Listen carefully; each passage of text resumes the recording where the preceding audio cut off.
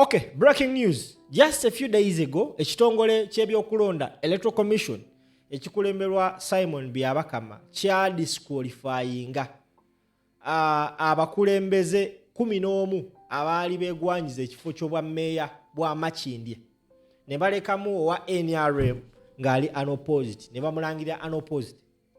Just a few weeks ago, ekitongole kye kimu kya denominatinga omukulu Mathias Walukagga eyali yesimbyewo ng'avuganya ekifo kya Busiro. Now, akakiiko ke kamu ak'ebyokulonda essaawa zino tuwogerera kali mu kaweefube okulaba nga Right Honorable Joel Ssenyonyi kamujja mu lwokaano. Njagala owulirize vidiyo eno n'obwegendereza. Amawulire agatambula nno tebannamugjamu naye bagenda kubanga bawa ensala. Olunaku lw'egyekiro bafunye okutegeezebwa nti bayitibwa mu kkooti, ekkooti esalewo omusango ogwo olwaleero. Enkya ya leero bakedde mu kkooti naye era ekkooti tesaze musango naye bagamba nti omusango tugenda gusalira ku mukutu gw'abalooya kwe baasalira omusango gwa Walukagga.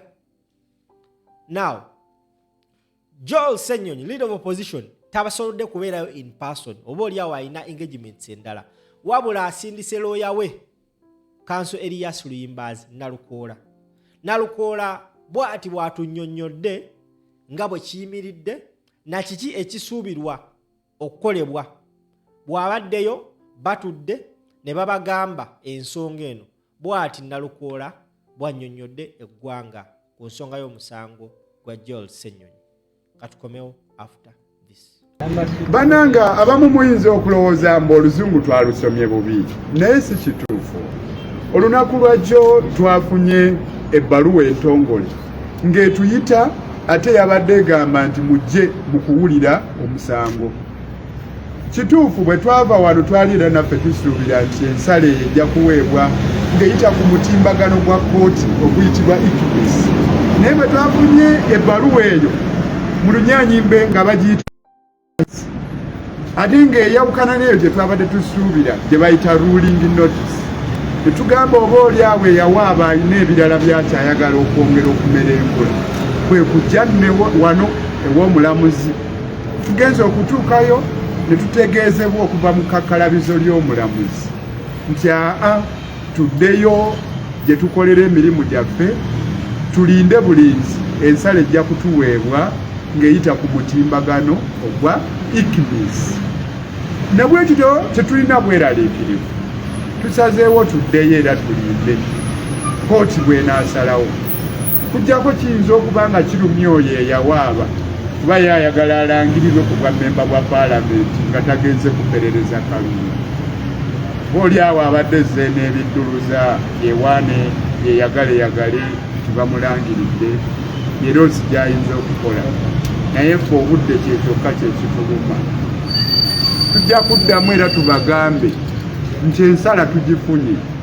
Mwebale nnyo mwebalire ddala okujjako nga waliwo alina ekibuuzo ekitamuluma.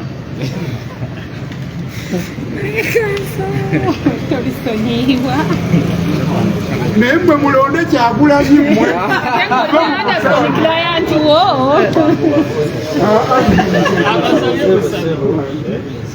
None guno gwokka gwe musango ogusobodde okungatta nani ne Anderson Bulola kuba bamulomba lwe lumu ne kirayanti wange. Wano gwosuubira kikuba gwe mulongo nze mpoza buwoza gwe muwawaabire gwosuubira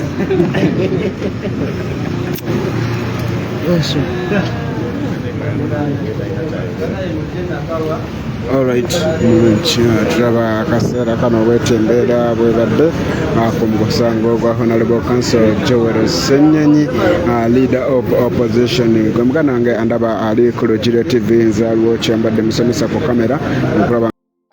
Okay, now that is Kanso Elias Luyimbazi Nalukoola ng'akunnyonnyola ensonga y'omusango guno.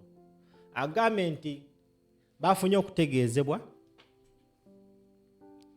yesterday bwe bagenda kusala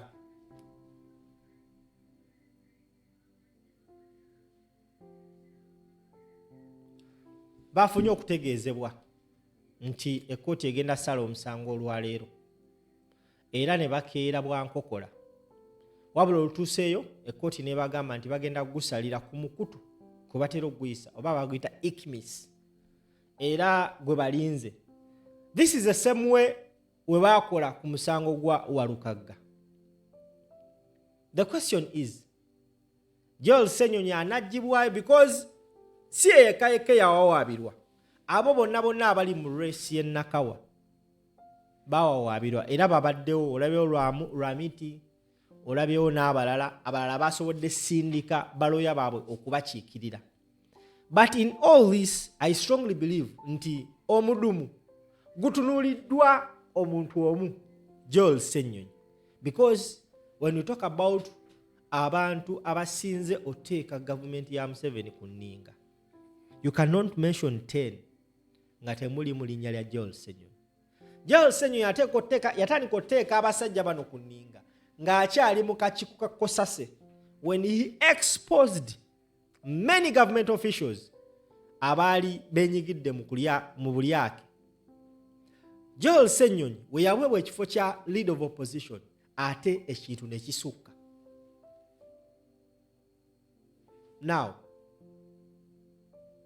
inze okujjamu abakulembeze baneeno mu kalulu kaneeno nze nganze oba babajjeemu sikiinaako buzibu, oba oliawo bana abajjamu bajja sobola ate okwongeramu okudaboolinga effort, yes, beegatte ku bannayuganda.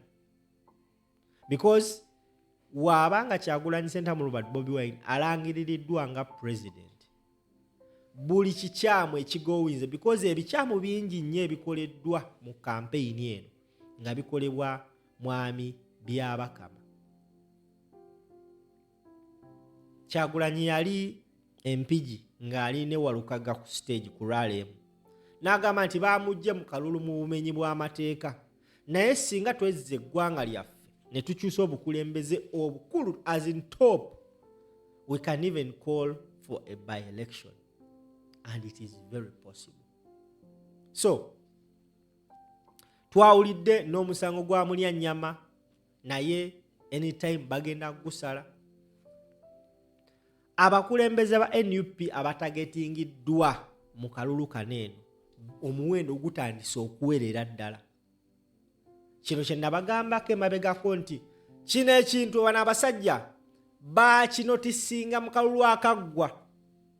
Mu kusooka baali balowooza NUP just byakuzannya buzannyi bya muzannyo, bakirealizinga later nti baali mu bya ddala. Oluvannyuma lwonna okulayo baminisita ebikonge eby'amaanyi mu palamenti, NUP neyingira mu palamenti nekola ebyafaayo ng'ekibiina ky'obufuzi ekiri ku ludda oluvuganya ekyasooka oleeta the largest number of MPs nga Besigye baaliyo for quite some time tebaweza na MP 50.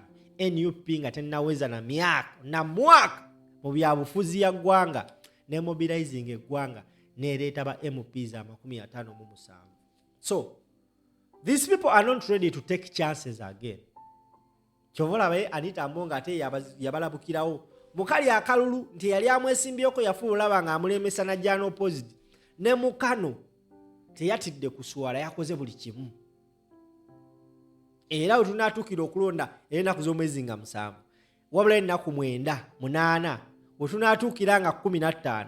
Expect a lot because na buli kati ekibiina kya NUP kisaba akakiiko k'ebyokulonda register z'abalonzi tebannabaziba bano wankubadde nga ssemateeka abagamba munna nga buli ennaku 14 tugende mu kulonda mulina okuba nga muwadde ebibiina ebyo enkalala z'abalonzi.